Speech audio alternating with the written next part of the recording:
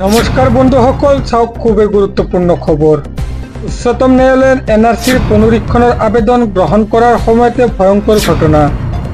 নগাঁৱত বস্তাই বস্তাই জব্দ হৈছে এনআৰচিৰ গুৰুত্বপূৰ্ণ অৰিজিনেল নথিপত্ৰ।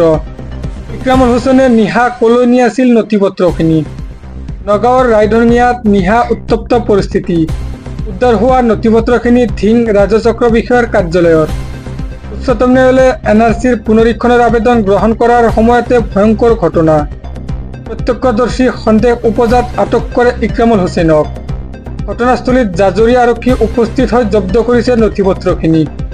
ইক্ৰামুল হুছেইনক ইতিমধ্যে আৰক্ষীয়ে আৰম্ভ কৰিছে জিয়াৰা। পৰৱৰ্তী খবৰ।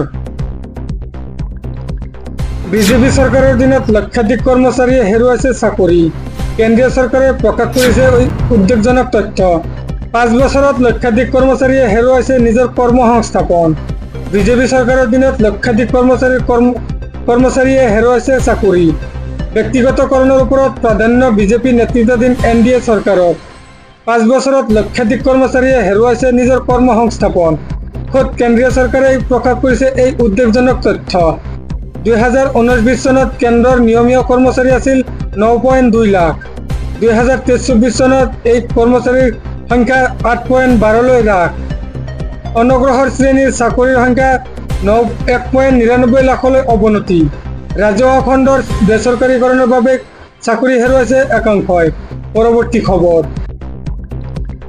মাদানীক মুখ্যমন্ত্ৰীয়ে বুঢ়া আঙুলি দেখুৱাক লৈ গৰ্জন দিছে AIUDFৰ বিধায়ক মুজিবুৰ ৰহমান। জমিয়তৰ ইতিহাস নাজানে নেকি মুখ্যমন্ত্ৰী হিমন্ত বিশ্ব শৰ্মাই? মাদানীৰ দাবীত কিয় এনেকুৱা আচৰণ কৰিছে মুখ্যমন্ত্ৰীয়ে? ভাৰত স্বাধীন কৰাৰ সময়ত জমিয়তৰ বহু মানুহ শ্বহীদ হৈছিল। এটা জাতিক টাৰ্গেট কৰি সাম্প্ৰদায়িক কাম কৰি আছে মুখ্যমন্ত্ৰীয়ে। 2026ৰ নিৰ্বাচনৰ আগে আগে মুখ্যমন্ত্ৰীৰ কাম কাজে দিছে অশুভ লক্ষণ। বেয়া দিন আহিলেই আবুল তাবুল কাম কৰাৰ আৰম্ভ কৰে মানুহে। মাদানীক মুখ্যমন্ত্ৰীয়ে বুঢ়া আঙুলিক দেখুৱাক লৈ গৰ্জন দিছে AIUDFৰ বিধায়ক মুজিবুৰ ৰহমান।